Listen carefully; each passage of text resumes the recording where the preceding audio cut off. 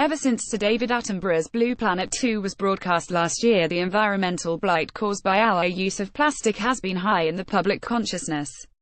Politicians have reacted. The government has declared the problem to be a national emergency and has consulted over measures to stop the use of items ranging from cotton buds to stirrers and straws, in addition to the ban on microbeads which came into force earlier this year.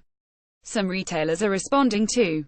Now 3 books have been published which seek to raise awareness further and give readers tips on how to minimize their own use of plastic. The most substantial is Turning the Tide on Plastic by Lucy Siegler, a journalist and presenter on the BBC's The One Show. Written in an engaging style, it begins with a comprehensive description of the problem in which her personal experiences, such as her horror at encountering coconuts being sold in unnecessary shrink wrap, are mixed with facts and statistics about plastic's role in trashing the planet. Britons, she tells us, use an average of around 140 kilograms of plastic annually, while national production of plastic packaging totals 2.26 million tons a year.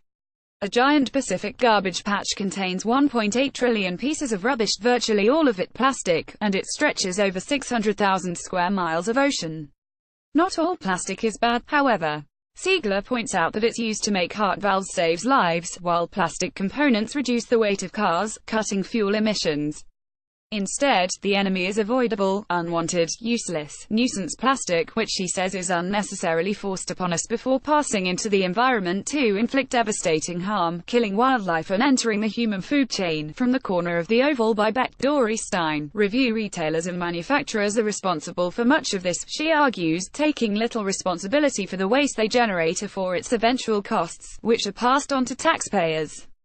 Single-use plastics, ranging from ketchup sachets, takeaway food containers and bottles, to chocolate bar wrappers and cutlery, are among many examples cited of damagingly wasteful products which could easily be replaced by environmentally sustainable alternatives.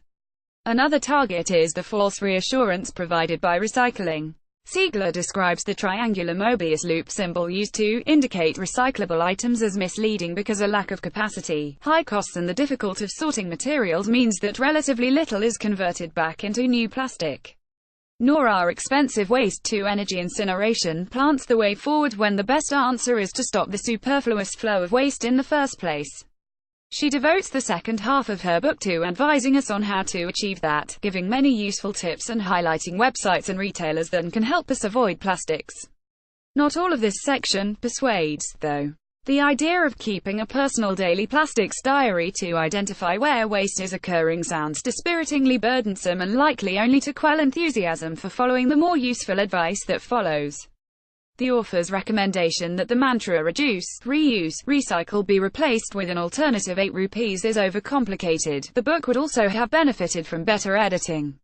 There is some repetition of themes and one passage on lobbying airlines to reduce plastic waste is reprinted in its entirety 3 pages after it first appears.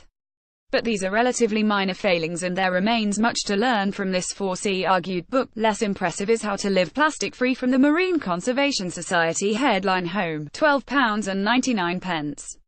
It too contains advice on how to avoid plastic by swapping it for more environmentally sound products, setting out suggestions in chapters focused on different stages of daily life, including time spent in the bathroom, at breakfast, in the office, and on leisure activities.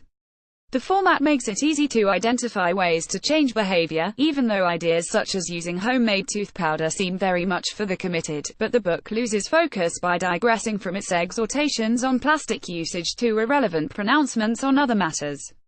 We are told, for example, that mueslis and granolas are often sugar-loaded and messy when eaten by children. Even more grating is a digression on the merits of cities which, despite being a disaster for nature, are praised as temples of diversity which were the only place where those from LGBT and black and minority ethnic backgrounds, as well as women, can escape prejudice, discrimination and male domination.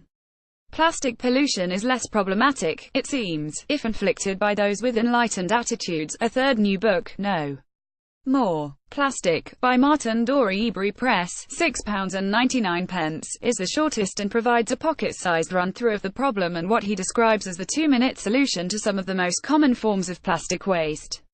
Brevity is its main merit. Ultimately, of course, success in the fight against plastic is likely to depend on governments and business. Nonetheless, each of these new books can help us contribute as individuals. Turning the Tide on Plastic: How Humanity and You Can Make Our Globe Clean Again by Lucy Siegler. Trapeze, £12.99.